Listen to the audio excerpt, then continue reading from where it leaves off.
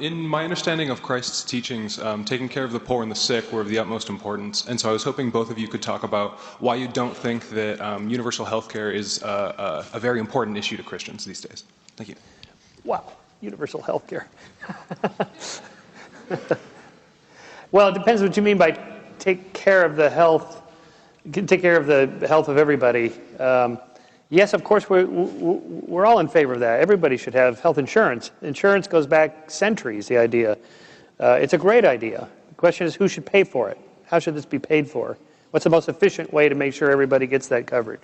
And I think that's more of a political issue than a Christian religion moral issue. Yeah, I think there's also the question of, I think the question is often ignored in these contexts is that whenever the government is involved, there's an element of compulsion.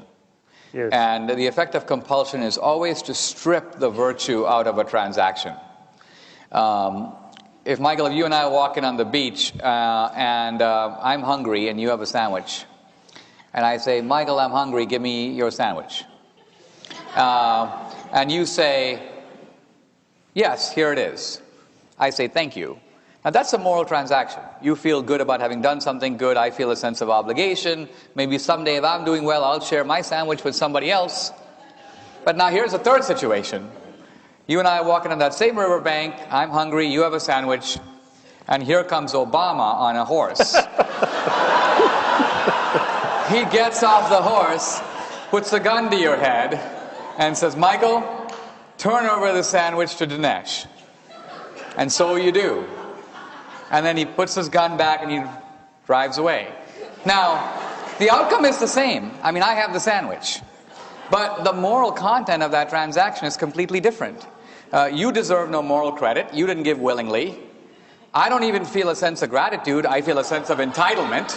I feel that you actually owe me 7 sandwiches, but you only gave me 1. So you can see how the whole thing is confused when you bring in the element of coercion. Indeed.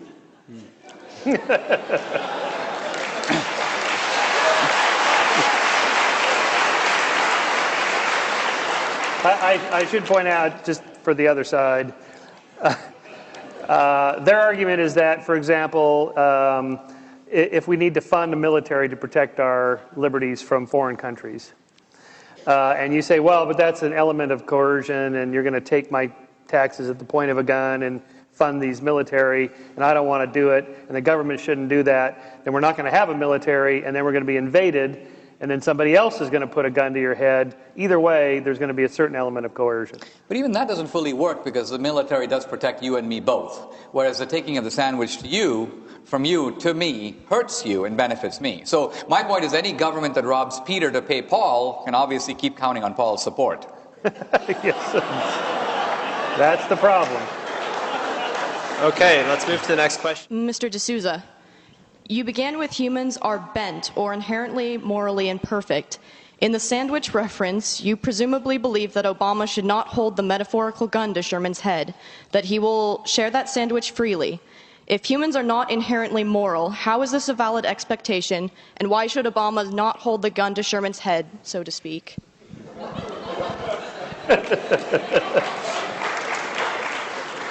Mr. D'Souza? Because the guy holding the gun is no better than the guy to whose head he's holding it to. So in other words, sure, Michael Shermer may be a selfish guy who wants to keep his sandwich. But nevertheless, let's consider the motives of the guy with the gun. Is he contributing his own sandwich? No. He's taking Michael Shermer's sandwich and giving it to someone else and then proclaiming himself to be a morally wonderful human being. Look, I'm not denying the core principle involved here, right? I'm simply saying that here we are as a country, and for 2 centuries we've had people pulling the wagon. And we recognize, and I would agree, that there is a group of people, and you can disagree about how many, but I would say about 10% of people who are weak and disadvantaged and need to sit in the wagon and have the rest of us pull that wagon. Okay? Now, again, you can disagree about how many people should be in the wagon, but that number of people has been increasing considerably. This was kind of what Romney's getting at, that at some point there are more people in the wagon than there are pulling. And then people who are pulling begin to think, well, maybe I should stop pulling and get in the wagon. It's kind of nicer in the wagon. And what my criticism of Obama is, instead of saying, listen, I really want to thank the people who are pulling the wagon, he goes, the people who are pulling the wagon are greedy, selfish, and materialistic. And the people sitting in the wagon are wonderful. He is morally demonizing the wagon pullers and championing the superior morality of the guys who are sitting in there. And all I'm saying is this is an inverted morality. The guys who are actually contributing to help the disadvantaged, these are the sacrificial people of our society, and they're the ones who deserve a little more credit. Next question, please.